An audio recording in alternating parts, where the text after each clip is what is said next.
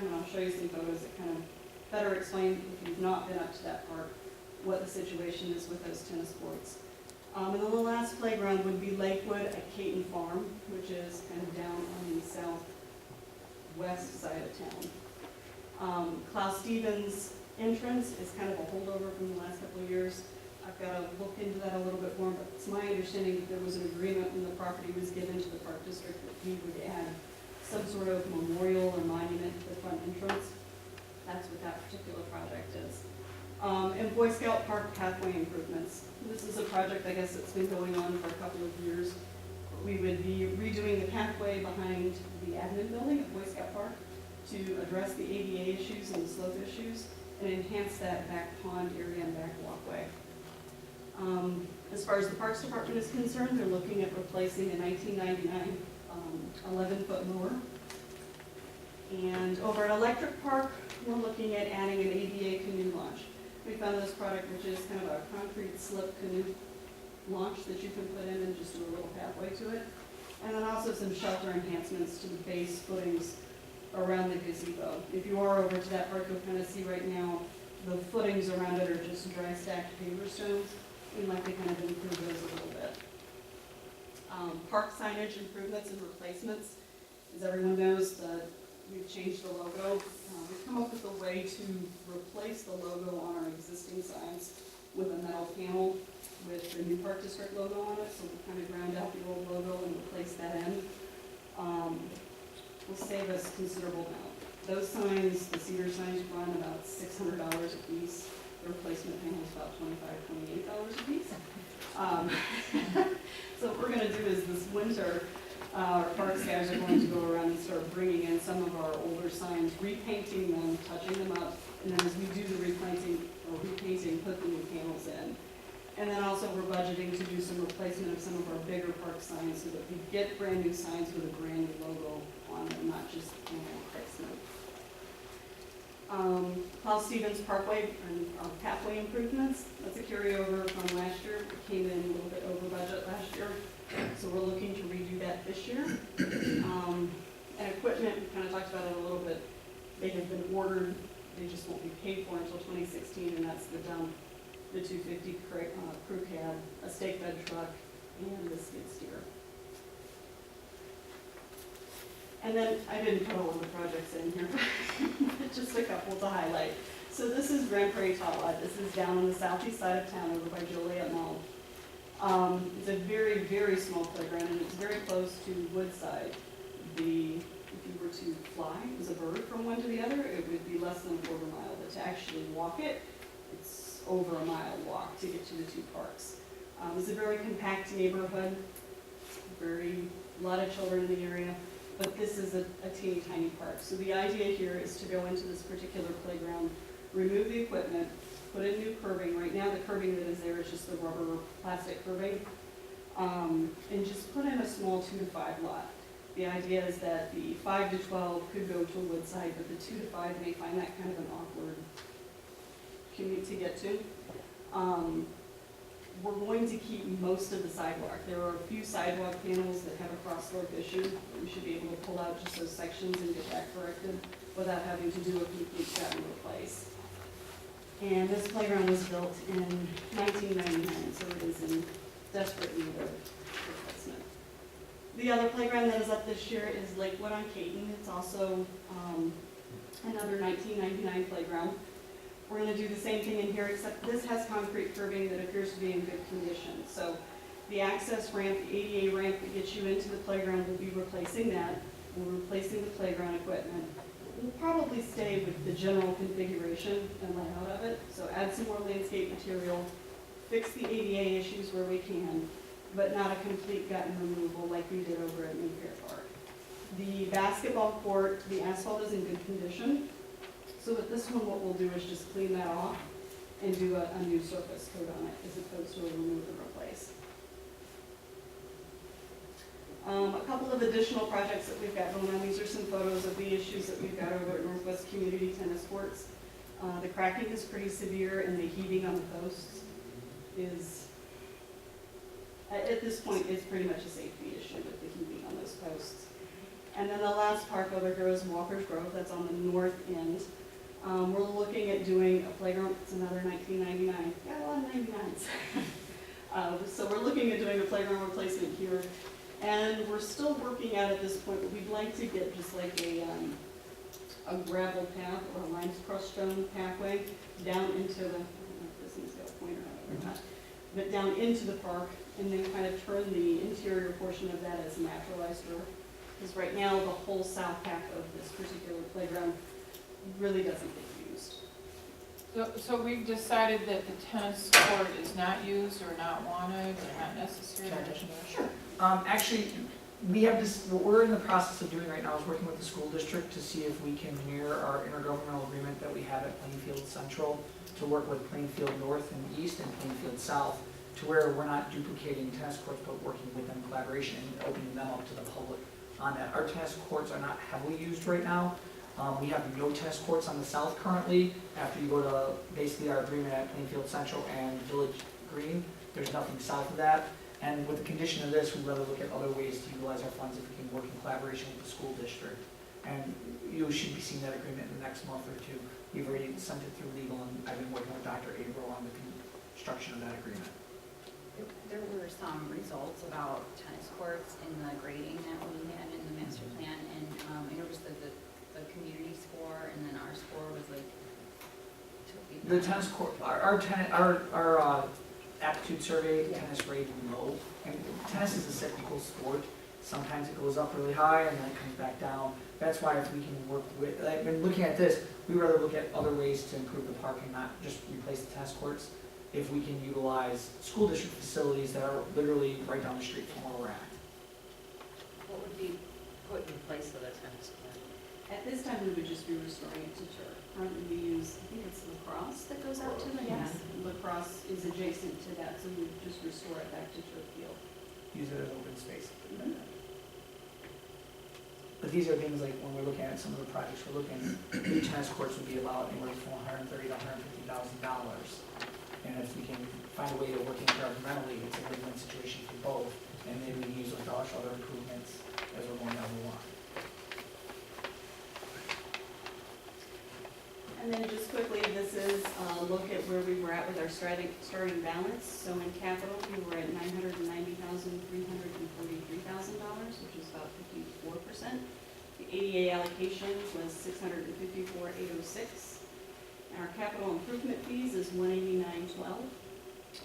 The additional revenue we're looking at would be a paving and lighting transfer. And hopefully I'm going to get these right because those things look awfully close on this screen.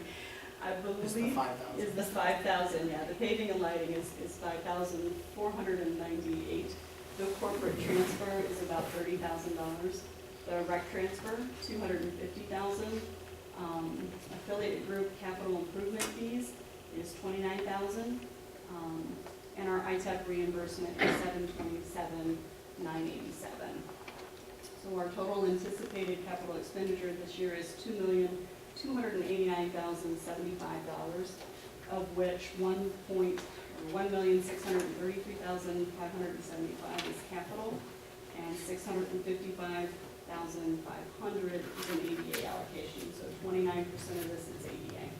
This would leave us with an anticipated surplus in the fund still of $587,571, which that would exhaust all the ADA funds that are currently in the capital fund. So then next year's transfer would just be utilized. So it would be back to the point where each year's ADA funding from the levy would then go right to go into capital and be used each year. I just have a question. Probably should have brought it up before today, but by the time I took all this in, I was thinking about what the results were based on population and the part of this projections from the master plan. And the two parks, Klaus Stevens, I think, and Grand Prairie Todd are in the southeast part of it. And I think it was determined that like we have the smallest population there, and that there's a bigger population there going, and that's kind of like what the survey told him, or the census. So I was just wondering, based on population mainly, why we selected those parks and not parks in the other quadrants. the Cloud Stevens or the Grand Prairie. Yeah. With the playgrounds, I was trying to stagger those around the community a little bit to break it up, so it wasn't just located in one location. And then we were taking into account kind of the older playgrounds and those playgrounds that were in the worst condition of the district. The three that are up this year, Lakewood, Grand Prairie, and Walker's Grove, in my opinion, and even under Todd's grass scores, they come in as some of the worst in the district. There's a lot of rusting and damage to the deck and stuff like that. So taking a look at the combination of where they are located, so that we're at least getting one on the north end, getting a new playground, one on the southeast, and one on the southwest. So that's kind of where that came from. How Stevens came about is. I was just saying, Klaus Stevens is an ADA project, and so we can't use the ADA portion of the funding just to go towards the playground 100%. So what we did is we have, I think it's 11 ADA infractions on the Klaus Stevens pathway. So that's one of the reasons we're using about 110 grand of the ADA funding to go towards the Klaus Stevens pathway to bring it up to bring it up to ADA specifications. So that one didn't fall in a playground replacement aspect. That was under more the ADA aspect. And it's more of a community park rather than an neighborhood park. Yeah, we try to identify some of the bigger the ADA issues. One of the things also with some of the grass board and playground replacements Jennifer had identified, I believe it's Walker's Grove has something like 19 ADA violations. It's Lakewood on. Lakewood, okay, I knew it was one of the two, I apologize. Yeah, no, So we it's also fine. took into consideration the ADA violations that we need to start, that we're continually working to bring up to code as we use some of that funding towards those projects as well. So it's a balance of capital and what needs to be replaced, and then the ADA funding and what needs to be met by the ADA transition plan. No, I grabbed No. from the report, from It's a perspective that- valid point. Yeah, it was kind of driven home that we have, more need in, I guess, the southwest portion because of the population growth and the fact that, I don't know, that's just kind of where I think the report was driving, like new resources to be spent into. Sure.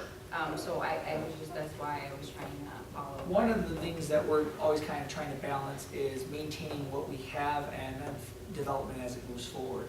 And that's, right now, some of the maintaining what we have, just by the staggering time of when everything was developed, you're looking at, like she said, 99 with an 18-year average or 20-year average lifespan. We're pretty much at that point. And some of these are in such. And the other piece of that too is, as the southwest, as that population starts to grow, you'll have more subdivisions coming online, and with those subdivisions will be park donations to the park district to build new facilities in those areas. So as that population grows, that opens up the opportunity for us to add new facilities. I think if you look at what the 4 playgrounds we'll have replaced, we'll almost hit one in each quadrant Yes. over the last 2 years, because Mary was in the southwest quadrant last year when we did that park. Thank you very much. So we have a motion, is there a roll call? Motion. I'm sorry, is there any discussion? Did you have, I'm sorry, Yeah, do you have any discussion? did you have a discussion? Okay, so we're ready for roll call. Okay. Newton, Yes. Ayers, Yes. Hurtado, Casbar, Yes. Poling, Yep. Ludeman. Yes. Motion carries. Okay, we're up to item B. A motion that the Park Board of Commissioners approve the 2016 schedule for the regular monthly meetings of the Plainfield Township Park District as presented. The schedules in your packet. Second. Who was the? So a motion was made by Commissioner Hurtado and seconded by Commissioner Ayers. Is there any discussion? I think this one's pretty I self-explanatory. know, I didn't think there would be, but I have to ask. So, I won't be here, so I could go. Hurtado? Ayers? Yes. Casmark? Yes. Newton? Yes. Poling? Yes. Ludeman? Yes. Motion carries. Item E, is there a motion that the Park Board of Do you Commissioners? want to do the present, I'm sorry, Okay. we'll do the presentation at first, if that's okay. Sure. This is pretty much the culmination of what we've been working on since December of last year. Todd, from Design Perspectives, will give us an overview. Everyone's had their plan for a little over a week to go through the key portions. We've gone through some of these portions, like Heather's actually gone through. We've gone through some of these portions in the last couple of meetings at different times as we've gone through the community aptitude survey and some of the demographics. So two of the biggest additions to this in the last a month and a half, 2 months have been sections 4 and 5, and at this point I'll let Todd, I think you're ready? I hope so. Okay. Well, thank you. It's a pleasure to be here. As Carlos said, this is probably the last time, hopefully, we'll discuss the master plan, and it'll be adopted, and it'll be a great document for the district to move forward.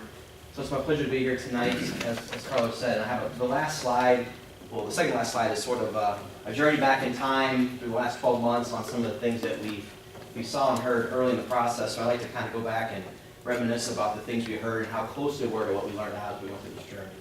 But I only have about 8 slides, so it'll be a pretty quick presentation. It really focuses more on just the process we went through and then some of the recommendations through the short-term, medium, and long-term agenda of the master plan.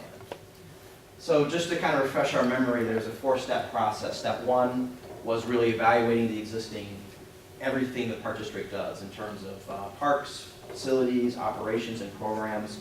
So we did a pretty good job on the inventory of your assets. We looked at the recreation programs, we looked at the budget, and we looked at demographics. So that was some of the first things that we did, which resulted in a pretty good inventory. Looking at core recreation services, we looked at really how the district operates. So that was important for me, in particular, to get up to speed on everything that the district does, to look at step 3 and 4, which is the goals and the review of the master plan. So those were some of the things that we did during step 1. So what were some of the key findings that we learned through that first process was that many of the neighborhood parks really lacked some amenity diversity. You had a lot of the same things out there. I know I've talked about that before. Connectivity to spaces, both internal and externally, definitely could have been improved. And as the survey mentioned, there just was a lot of things didn't excite me to go out and use the parks as much as I probably would like to do.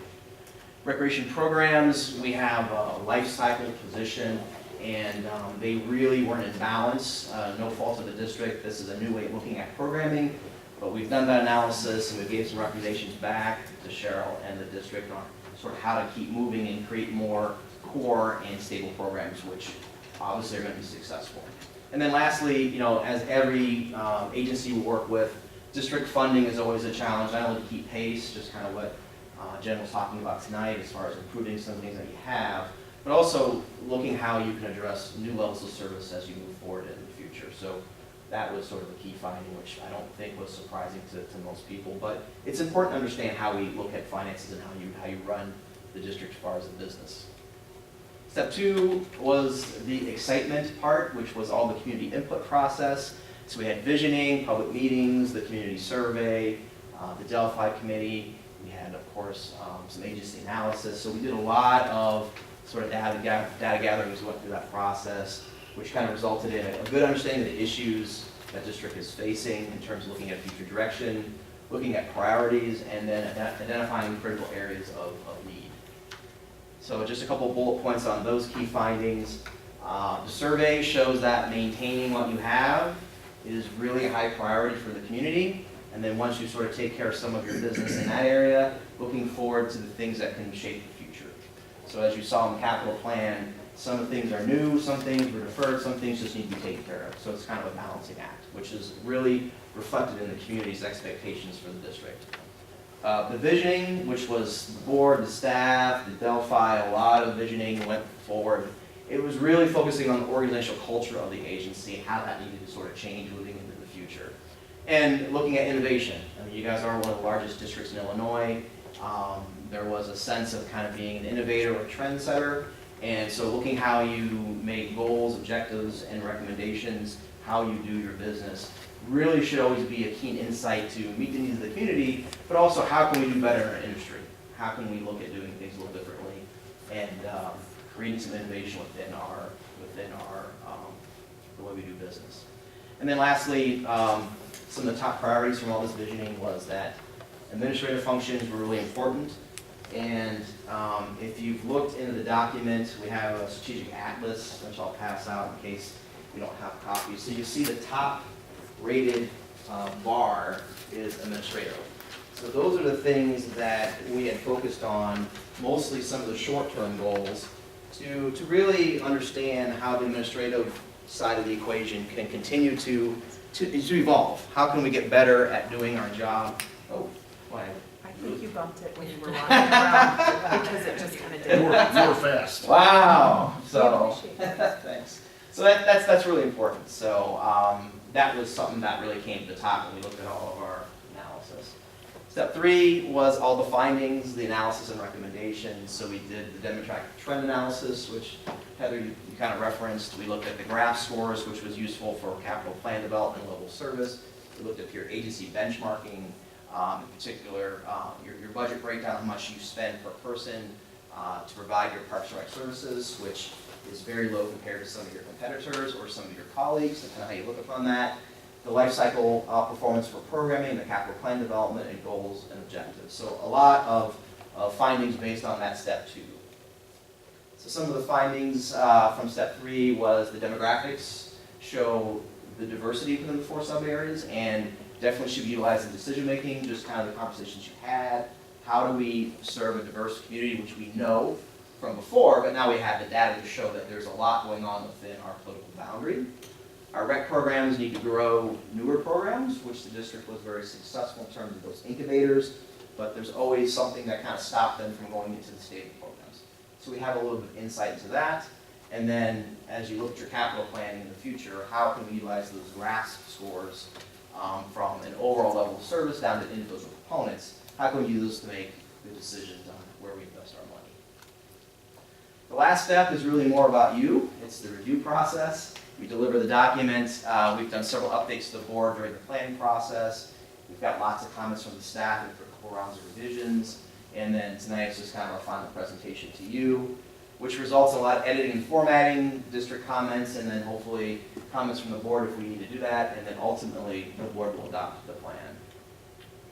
So some of the key things in terms of step 4 was advancing the master plan by looking at the goals that will make a difference for the community, developing a short-term strategy for long-term funding. I think that's really critical for your overall success moving forward. And then seek projects to increase community use and enjoyment while reducing unnecessary redundancies. Just kind of what Jen was talking about, looking at where the playgrounds are located. Don't put in a 5 to 12 when someone can walk, 10 minutes. The little kids can't. So that is a great use of all this data that we've generated in terms of making good, smart decisions. So this is kind of an overview of the entire 5-year process. It'll be tweaked. So I know you looked at the first year, but in terms of where the money is going to be spent over the 5-year process, it is pretty much diverse within the community. The southwest corner is where the majority of your spaces are, as well as the largest portion of your population. So as far as the percentage-wise, that would make sense to spend more money in that quadrant. But you'll see it's pretty equally spread, which shows some good money being spent across the district, not focusing just on one particular area of the district. And we've got sort of a blanket spending for those trails, which we know from our survey were important to the community. So moving into the short-term, mid-term, and long-term recommendations, which kind of reflects the bubbles on that strategic atlas. So continuing to provide clear communication and having a plan to do that is really, really important. Kind of goes hand in hand with an effective marketing plan. How can we share the good news and get more information about the district out into the community? The distinguished agency would be a great step as far as moving forward and having some kudos from your fellow colleagues. Trail development, feasibility studies for the master plan follow through. We know facilities are important for the future. Maintaining the parks are great for the current situation, but how do we build facilities to meet the needs of the community? That requires a little more study. And then implementing capital projects, and then for the rec side, really define standards of what we will define as success for our program to move forward. And the A's and the PFs and the R's are just the different categories for those 3 levels of admin, parks, facilities, and recreation. So the midterm, we're talking probably 2016, 17, maybe a little bit earlier, maybe a little later, but revise and keep looking at personnel policies. Those are important to keep reviewing as you move through the different years. Look at integration of technology. Phones are a great first step. Then you can look at how you connect them with the software and all the other things that go along with that, which will be important to do our jobs. Look at how you maintain your park spaces. Are there ways that we can do things differently to save money but still provide a quality look to our parks as far as how we upkeep them? And then once we do these feasibility studies, then you can look at how you're going to implement some of these buildings if that is in the forecast and moving forward. And then once we have the performance standards for the rec programs, then we can actually look at growing our programs, because now we know our benchmarks of how we can have a matrix to understand how we can do better and grow and expand as we need to do that. Lastly, the long term, this is the crystal ball portion. You know, it's really kind of hard to know what's going to happen in 2020. But as we look forward long-term things, you know, we want to obviously sort of elevate our community relations. I mean, we are in the fund business. We are the agency that the community should want to come to and enjoy the things that we do. So we want to elevate always our relationship with the community. We want to start the process for the next master plan, which hopefully we'll have a chance to do that in review, but no guarantees on that. I might be in California retired by then. Who knows? And then just, you know, continue to create those unique facilities. You know, some with diversity. Look at how we do playgrounds, for example. We're not just going to take the same play booster and plop it into every one of our parks. We're going to use some different vendors, some different looks, different colors, different play experiences, so we can mix it up. Prepare the master plans, like Four Seasons and some of your other larger park facilities. They need individual studies. We have to give you kind of a good glance on some things, but they really need some attention, and Jen would be great to take that on and spend some time looking at all the ins and outs of how to make those spaces better. Do we keep them? Do we take them down? How do they evolve? All those good things go into those discussions. And then, you know, lastly, we want to look at our pricing policy. The recreation side really is our business side of what we do, and that is where the revenue will come from as we move forward. Because we know that, you know, our taxes will always be a subject of a discussion. So the more that we can rely on our customers to enjoy what we do, maybe we can supplement income and look at how we decrease reliance on taxes and increase our support for the things that we do, and people pay for that. So looking at the 12 months that we've been on, these are some of the things that stood out to me when I went back and looked at some of our early. Can I ask a question? Yes. Can we go back one slide? Yes. The elevating community relations, I'm curious why that's on the long term and not a shorter term. I mean, is that something that is costly? Is it something that is, I'm not sure why that's on the long term rather than the shorter term. A couple things. One is, I think that might be kind of an ongoing goal, but certainly we have to have a plan to communicate, we have to have a plan to market, and then we'll always want to keep our message and our relationship with the community elevated. So right now we're here, and hopefully when you get the long term, you'll be up here, and then you'll want to keep elevating that relationship moving forward. So we have some steps to take to continue to set the baseline and then evolve and elevate as we move forward. And it might be more of a midterm goal when you mix these things up. But I think it's a good long-term recommendation is to always try to elevate your relationship with your community. And that's kind of correlated to marketing as well. Because Correct. that's, you know, our marketing plan kind of build community relations. Correct. Image, branding, all those good things. But when you look at the first step is to really get a communication plan, develop some market strategies, and then as they move through the short term to the midterm, you know, you might want to look at how your relationship is with your community. And one way you might test that out when you get to year 2 or 3 is to do another community survey to see if your message is being received and if there's changes that need to be made.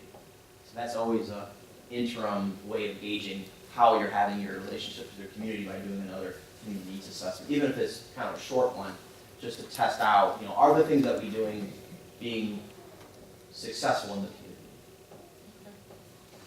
That could be every year. I think there's a lot of redundancy in some of this, but I think at that point you really would probably have a good benchmark and you can test and see how you keep elevating the message and the relationship to the community. So looking at the 3 core areas of an agency, the administration, one, there was concern that there was really no playbook for the future. The master plan really is kind of a game plan. It is a living document. It should be looked at on a regular basis. But I do think now you have sort of some direction and a playbook of how to move forward with every area that the district would need to do that.